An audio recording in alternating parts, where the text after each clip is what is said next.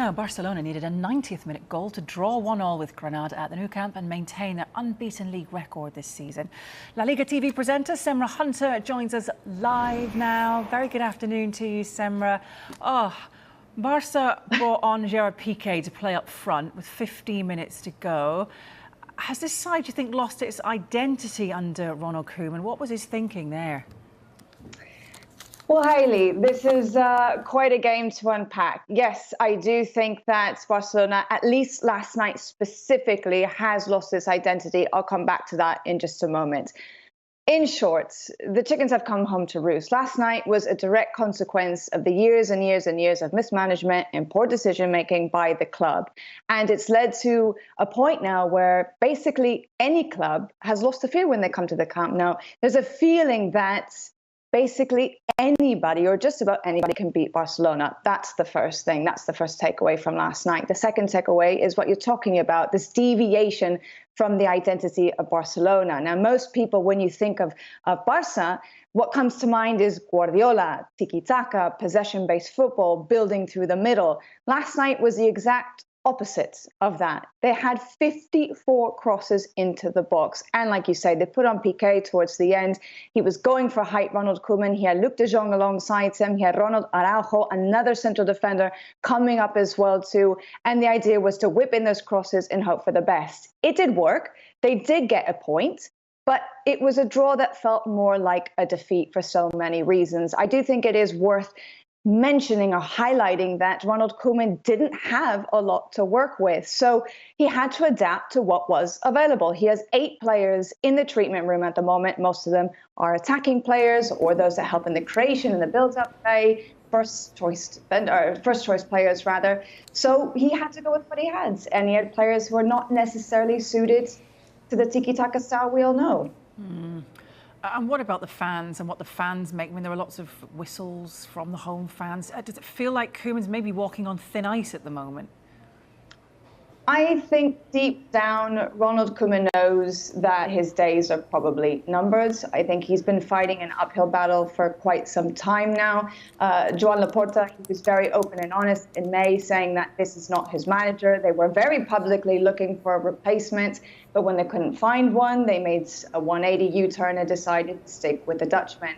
I wouldn't be surprised, I'm not saying this is the case, but I wouldn't be surprised if this entire time since then, they've been continuing to look for a replacement for Ronald Koeman. And I can't imagine the kind of pressure he must be working under. That would be really difficult, of course, to do, knowing that perhaps your job is consistently on the line. I don't think he's entirely at fault for everything that's happening. I think he's doing the best that he possibly can. But even still, providing and doing the wishes of Joan Laporta, playing with a 4-3-3, playing with the young players, doing what he can, I just don't think it's going to be enough. And there is this feeling amongst the press locally here that it's not a matter of if, it's more when. Perhaps the timing is not great now, as if the flurry of games coming up in the next few weeks.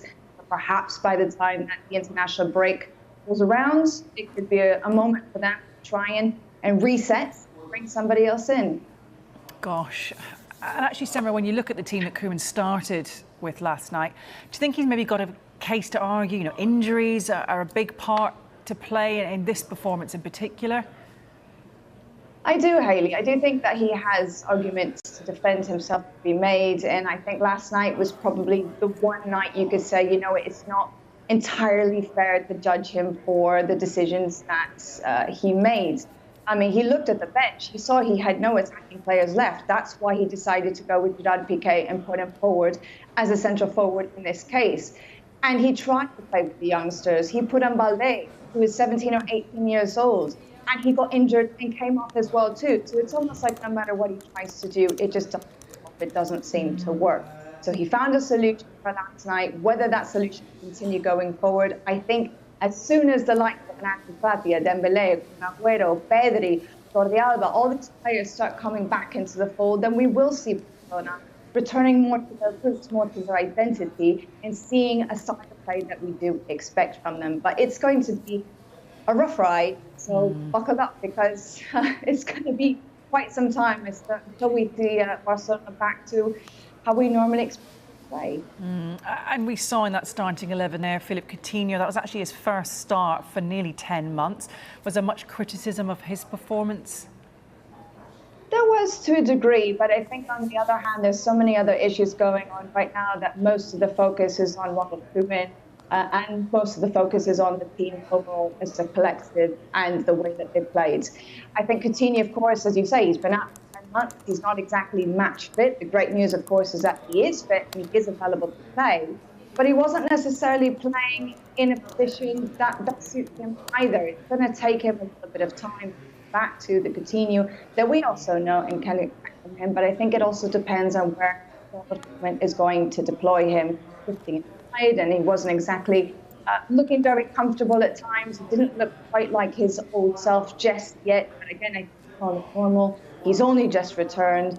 And so we'll have to see how he, on an individual level, does continue to develop. And again, how he will develop once those other players come back into the side who can perhaps get the best out of him.